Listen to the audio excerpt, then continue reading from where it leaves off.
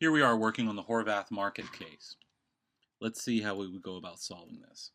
First, let's document all the facts that we know from the case.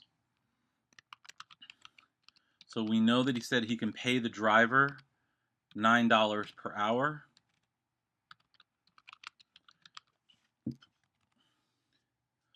We also know that the delivery truck will lease for $300 a month.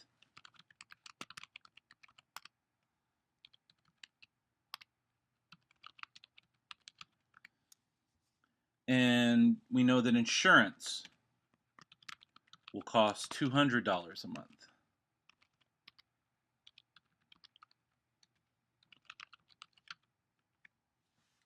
Finally, he thinks that the driver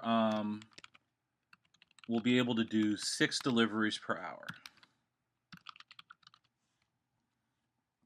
Now, those are the facts of the case. And since it's a profit or loss case, we're going to go with the income statement. Now, you always have to ask yourself, what is the case asking us to do? It's asking us to see how much profit or loss we're making. The income statement is the business statement that tells us that. So we're going to go with the basic income statement model. We have revenue. For this case, the way it's set up, we don't really have cost of goods sold, but we will have expenses. And my expenses will be my truck lease and my insurance and my driver salary. Now, there's some assumptions I'm going to have to make. It doesn't say in the case how long and how many days that he's driving, so we're going to have to make some assumptions. So days per month for deliveries, we'll say 20. Hours per day that the drivers are working, we'll say 8. Okay?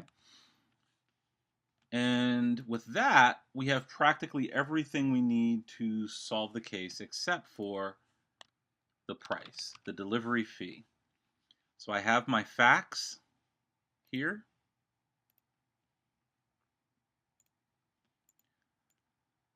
I have my assumptions, which I code in red to make it clear. And then I have my decisions, what I'm actually asking the user to put in, which is the delivery price that the customers will have to pay. Now, to get revenue, you need price times quantity. So the quantity of my deliveries is equal to my days per month times my hours per day times my deliveries per hour. Now, the reason I'm referring to these facts over here instead of putting them directly into the equation is that for the operative part of the model, we don't put numbers directly into the model. We always refer to the references. That way, if it turns out that the people want to play with it, they want to say, well, what happens if he can only do 4 deliveries per hour? Or if he can do 8 deliveries per hour? That they'll easily be able to test that without having to find everywhere where the numbers are used. And so let's give it a price to start with. Let's say each delivery costs $2 each, which would make our revenue equal to quantity times price, or $1,900. Now our truck lease is equal to $300 a month. Our insurance, of course, is equal to $200 a month.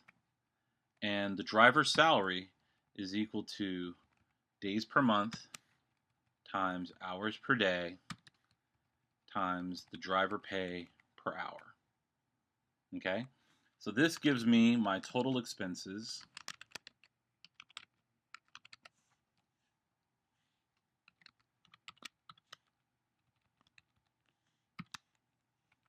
And the difference between total expenses and revenue gives me my gross profit.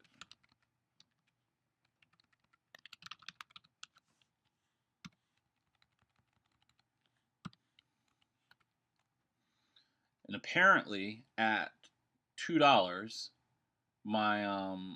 I'm losing just Sammy's going to be losing just a little bit of money. At $2.10 per delivery, he's making a little bit of money, and that's all he really wanted to do with the deliveries. He wanted to break even, And of course, he could figure out that at $4, he's making $1,900 a month, but it allows him to play with it. Now, let's take a look at what we did. We took all the facts from the case and we documented them into the model, all together in one place so they can be easily found.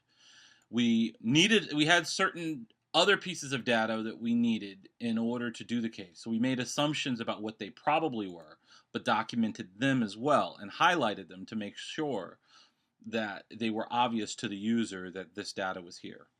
And finally, we took a look at the decisions that were required of the user of the model, the inputs that they needed to make in order to drive everything else.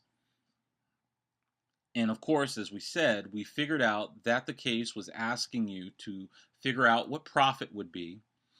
So we knew we had to use an income statement type model. And there we have the solution to the Horvath market problem. And we have a better understanding of how to create a model to solve a business case.